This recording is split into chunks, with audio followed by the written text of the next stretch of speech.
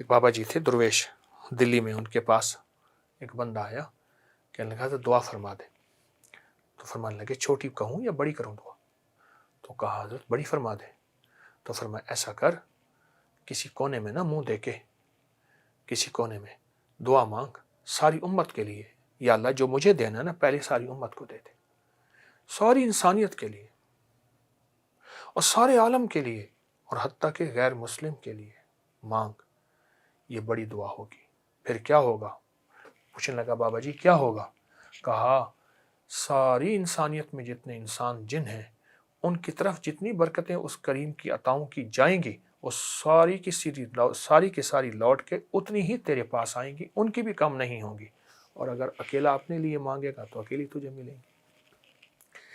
ایک درویش کے پاس، جھنجھانا کے ایک درویش تھے، تو ان کے پاس ایک بندہ آیا اور کہنے لگا حضرت تو شارٹ کٹ ولایت کا رستہ بتائیں. بڑے مجاہدے ہوتے ہیں، بڑی قربانیاں ہوتی ہیں اور بہت زیادہ، کچھ شارٹ بتائیں ولایت کا رستہ اور میں ولی بن جاؤں. حضرت نے فرمایا یہ کون سا مسئلہ ہے، کون سی مشکل ہے؟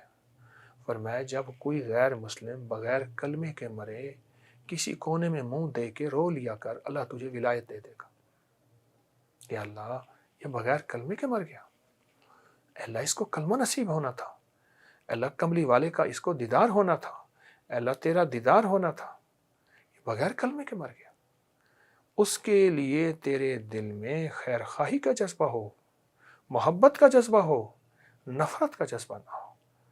اور میں کہ کوئی غیر مسلم بغیر کلمے کے مر جائے، کسی کونے میں منہ دے کے رو لینا، اس رونے پہ اللہ تجھے ولایت دے دے گا. ہم ایسے حبیب کملی والی کی امت ہیں جس نے ختم نبوت کے صدقے یہ ہے کہ ساری انسانیت قیامت تک کے لیے وہ نبی ہیں. تو ہمارے جذبے بھی قیامت تک والے کے لیے ہوں کہ یا اللہ قیامت تک جو امت آئے گی اور جو پہلے تھی اور جو موجودہ ہے، اے اللہ ان سب کے لیے میرے روزے کی خیروں کو تقسیم کر دے. ایک بندہ تھا وہ ایک دعا مانگتا تھا کہ یا اللہ جتنی بھی موت کی سختیاں ہیں نا، اللہ میرے پاس تو اور کوئی نیکی نہیں ہے، ایسا کرنا جتنے بھی لوگ ہیں سب کی موت کی سختی اللہ مجھے دے دینا اور میں موت کی سختی وہ چکھ لوں. مرنا تو ویسے ہے، اے اللہ وہ موت کی سختی کسی اور کو نہ دینا. بس یہ دعا مانگتا تھا، اس کے پاس اور کوئی نیکی نہیں تھی. اور جب موت آئی تو اللہ پاک نے فرمایا فرشتوں کو، فرشتوں جتنی موت کی نرمیاں ہیں اسے دے دو. اس نے ساری عمر میرے بندوں کے لیے مانگا، اور بندے میرے عیال ہیں اور میرا کنبہ ہے اور مجھے اپنے بندوں سے محبت ہے، اور جو میرے بندوں سے محبت کرے گا اس سے میں محبت کرتا ہوں، اور جس سے میں محبت کرتا ہوں اسے اپنے مہمان خانے میں بھیجتا ہوں، اپنے قید خانے میں نہیں بھیجتا. اور میرا مہمان خانہ جنت ہے اور میرا قید خانہ جہنم ہے.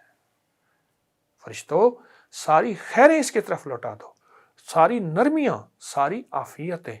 اور اس کی روح نکلی ایسے کہ جیسے کہ پھول کی خوشبو. تو چھوٹا جذبہ چھوٹی دعا، چھوٹی دعا تو چھوٹی قبولیت، بڑا جذبہ بڑی دعا، بڑی قبولیت اور بڑی نعمتیں. کیوں فرماتے ہیں ایسی مسجد میں نماز پڑھو جہاں نمازی زیادہ ہوں، ثواب زیادہ ملے گا. جمعہ کی نماز کی افضلیت اس لیے ہے کہ مجمع زیادہ ہوتا ہے. تو ہماری جتنی بڑی دعا ہوگی اتنی قبولیت کی کیفیت ہوگی. یا اللہ ہم نے اپنی ذات کو سامنے رکھا، زیادہ سے زیادہ بچوں اور والدین کو سامنے رکھا. اے اللہ پوری امت کے وہ لوگ جن کو خیر کا پتہ ہی نہیں، اے اللہ ان تک خیر کیسے پہنچے گی، ان تک برکت کیسے پہنچے گی. جو تو مجھے اپنے خزانہ غیب سے عطا کرے گا اللہ سب کو لوٹا دے اور سب پہ نچھاور کر دے اور یہ برکتیں سب کو عطا کر دے. یہ جذبہ لے کے چلنا ہے، یہ جذبہ لے کے چلنا ہے. اور اس جذبے سے جو ملتا ہے حیرت انگیز ملتا ہے. اور اس جذبے سے برکتیں اور وہ دعائیں جو ہم کبھی سوچ نہیں سکتے. اللہ فرشتوں کو کہتے ہیں فرشتے فلاں میرا وقت کا ولی تھا، فلاں صدی میں آیا تھا، اس کا یہ جذبہ تھا، اس کی عمر 100 سال تھی یا 50 سال تھی یا اتنے سال تھی، اور اس نے جتنی خیر کی برکتوں کی دعائیں مانگی تھیں جاؤ سارے اس کی جھولی میں ڈال دو. ہمیں تو پتہ ہی نہیں ہوگا, صرف اس جذبے کی وجہ سے جھولیاں بھر کے بیٹھ بہاریں لے کے سرخرو ہو کے بیٹھ جائیں گے. بولیں کتنا زبردست جذبہ ہے. اور یہ ساری چکیاں ہیں, چکیاں, واہ واہ, یہ ساری چکیاں پڑی ہیں. واہ واہ. اور یہ بھی پھر وہی والا سسٹم ہے, فل باڈی ایکسرسائز اور سارا کچھ بس اس کا چکی سارا کا وہی اس میں. چیز ہے. اور اس کا جو نکلا ہوا آٹا ہے وہ بھی وہ تو پھر زندگی ہے, اس کے اندر بیماری نام کی چیز نہیں, چیز نہیں ہے, شفایابی کا پیغام ہے. پیغام. اصل میں وہ چکی نہیں چل رہی, جی جی اصل میں وہ آپ ایک اور چیز دیکھیں, چکی ہمیشہ اینٹی کلاک چلتی ہے, جی جی جی جی جی دائیں. جی, اور پوری دنیا میں شفایابی کے راز ہمیشہ اینٹی کلاک ہوتے اینٹی کلاک وائز, ہیں. یہ کلاک یہ کلاک وائز ہے, ہاں جی ہاں جی, اینٹی کلاک, اور ہمیشہ سنت زندگی اینٹی کلاک, یہ اینٹی کلاک دائیں طرف سے. دائیں طرف سے. اس میں بڑے راز ہیں. سائنس نے اسے اینٹی کلاک کہہ دیا, ہم اسے دائیں راستہ کہتے ہیں, دائیں طرف کہتے ہیں. اور اس میں صحت یابی کے راز, شفا یابی کے راز, حفاظت کے نظام, حادثات سے حفاظت اور تحفظ. خانہ کعبہ کا طواف بھی جو اینٹی کلاک وائز ہے, اس میں اینٹی کلاک وائز ہے پورا نظام یہی. تو یہ شیر کا پورے کا پورا چیتا, چیتے کا پورا جسم ہے, اور اس کو ہم نے اونٹ کی کھال پہ رکھا ہوا ہے. اس کا پورا حصہ جو ہے سر اس کو محفوظ کیا ہوا ہے. آپ اس کے ناخن دیکھیے, جی ناخن ابھی تک ہیں. اور یہ گفٹ آیا ہے یا خود شکار کیا؟ بس یہ اصل میں جب طلب ہوتی ہے نا, پھر طلب پہ ساری راہیں کھلتی. ارے اللہ اکبر.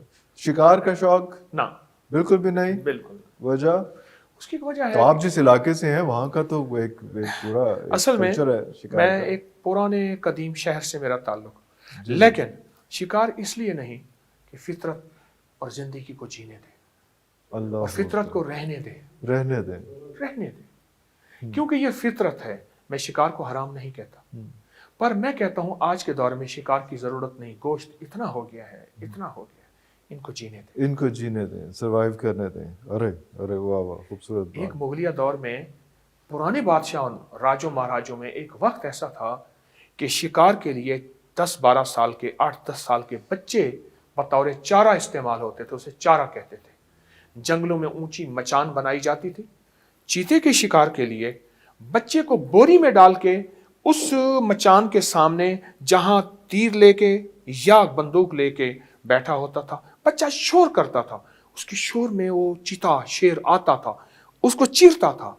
ادھر بچہ بھی مر جاتا تھا, ادھر نشانے سے شیر بھی مر جاتا تھا, اور راجوں مہاراجوں کا شوق پورا ہو جاتا. شوق نہیں, ایسے شوق تو رہنے دیں.